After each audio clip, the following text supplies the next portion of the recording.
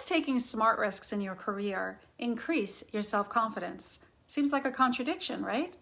Hi, I'm Marissa Santoro, and I teach professionals how to own their value and stand out so they can increase their impact and income in their careers while cultivating a consistent network that they can trust.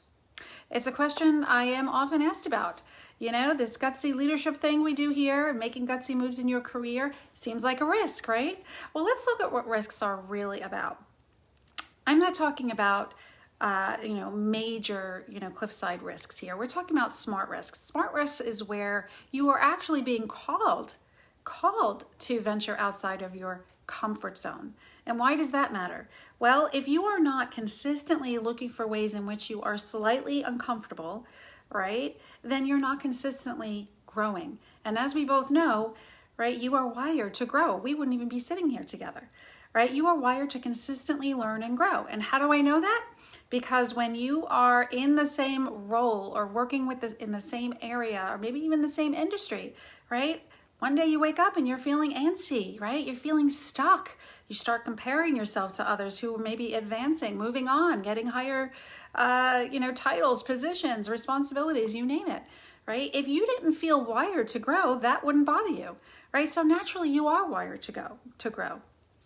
And taking smart risks actually consistently encourages that growth by doing things that will make you slightly uncomfortable. Not major things, but things that will slightly put you in areas where you are definitely in an area that you haven't learned yet, right? You're just starting out, or maybe, you have to catch up and learn, or maybe work with someone, or, get a resource, or what have you, right? Practice even getting it. This applies to even going into a conversation where you're uncomfortable, but you need to ask the question, or you need to have a discussion with someone, or even a meeting, talking to a larger group, you name it, right? If you look at successful leaders, right? Anyone, right? Who, if you look at their career over a 20-year time span, I'll just work with 20 years, 2 decades, right? If you ask any leader who had a successful track record, what did they do really, really well? They will share that over their career, they took consistent, smart risks over time, which led them to making better decisions. Right? So you actually become a better decision maker because now you are stepping back, you are, leaning into areas that are uncomfortable, you are growing, right? And let's not forget the people around you, right? If you're, if you have a team, whether or not you're even leading that team, if you, have a matrix relationship with another area, matrix management even, right? How you're showing up and taking risks in your career and making those decisions over time are directly affecting others as well. So that's how you maximize your impact. That's how you increase your influence and your impact, right?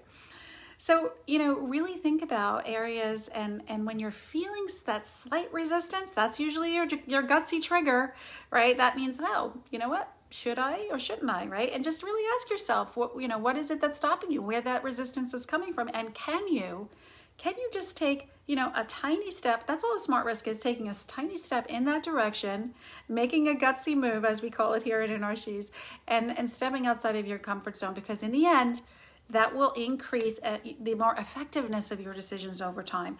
And you also, let's be fair here, you also have to be willing to fail, right? I call it fail forward.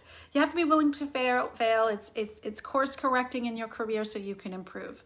But that's all that smart risks are, and you have to step into them given your growth mindset, as we just talked about, and given the fact that you are looking to become an instinctual, better, effective decision maker. And this is how you do it, right? Talk to anyone who's had a good career, and they'll share that, right? It doesn't feel good all the time, but it's consistent, and eventually it becomes your new normal. And that's what makes it so gutsy.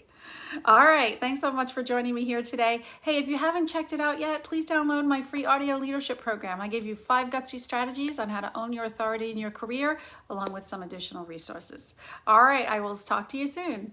Bye now.